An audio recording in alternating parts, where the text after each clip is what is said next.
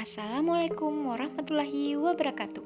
Halo semuanya, perkenalkan nama saya Dika Safitri dari kelas M81 Universitas Negeri Makassar, Fakultas Ilmu Pendidikan, Program Studi Pendidikan Guru Sekolah Dasar.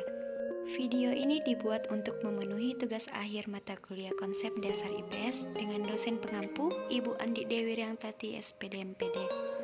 Di video kali ini saya akan membahas mengenai kehidupan masyarakat di zaman prasejarah.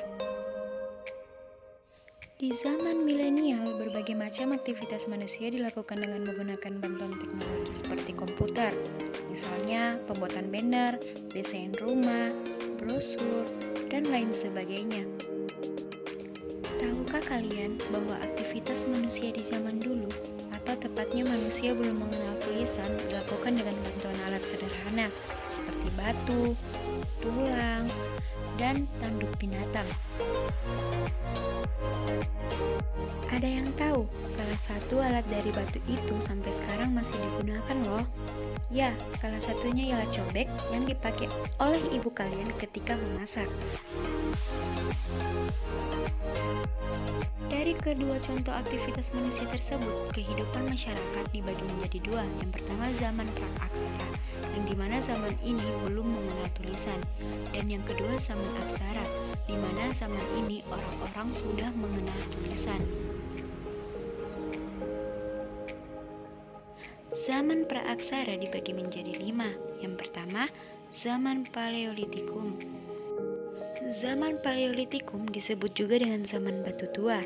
Adapun ciri-ciri zaman Paleolitikum ialah sebagai berikut. Yang pertama, hidupnya berpindah-pindah, tidak jauh dari sumber air, dan hidup dalam kelompok yang tidak terlalu besar.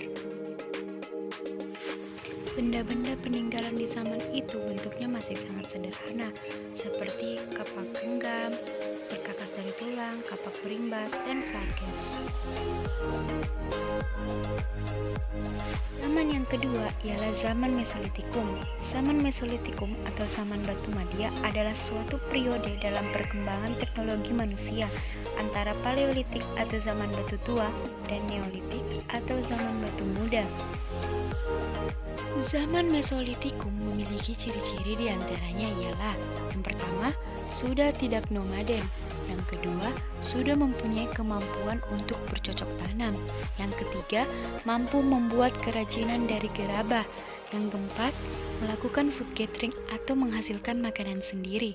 Yang kelima, alat yang dihasilkan di zaman ini hampir sama dengan zaman Paleolitikum, yaitu alat-alat yang terbuat dari batu dan masih kasar.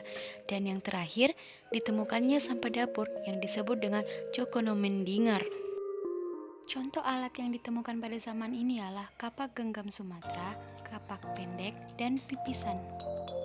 Zaman yang ketiga ialah zaman Neolitikum. Zaman Neolitikum disebut juga dengan zaman batu muda. Zaman ini dikenal dengan masa bercocok tanam. Adapun ciri-ciri zaman Neolitikum ialah: 1. Hidup menetap. 2. Peralatan yang dihasilkan sudah berkembang dari zaman sebelumnya. Yang ketiga, food producing. Yang keempat, mengenal aksara dan bahasa baru. Dan yang terakhir, mata pencaharian mulai berubah. Alat-alat yang dihasilkan pun sudah mulai berkembang dibandingkan dengan zaman sebelumnya. Contohnya, kapak persegi, kapak lonjong, gerabah, perhiasan, dan tembikar. Zaman yang keempat ialah zaman logam. Zaman logam dibawa oleh adanya migrasi bangsa Deutero-Melayu muda ke Indonesia. Terdapat 2 teknik pembuatan alat-alat dari logam, yaitu teknik bivalve dan teknik cat perdu. Adapun hasil kebudayaannya yaitu nekara, moko, kapak corong, cendrasa, dan arca perunggu. Zaman yang kelima ialah zaman Megalitikum yang biasa disebut dengan zaman batu besar.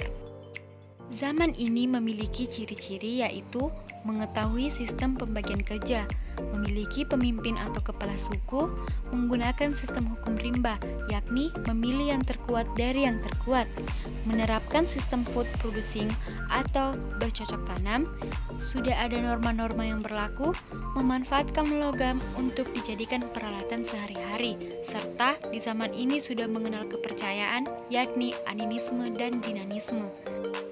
Benda peninggalannya diantaranya yaitu dolmen, kubur batu, dan sarkofagus. Selanjutnya, kita akan membahas zaman aksara.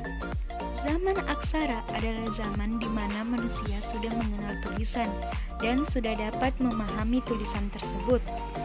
Zaman aksara identik dengan zaman yang peninggalannya berupa prasasti, naskah, serat, dan lain sebagainya.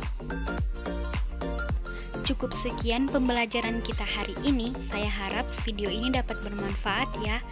Terima kasih. Wassalamualaikum warahmatullahi wabarakatuh.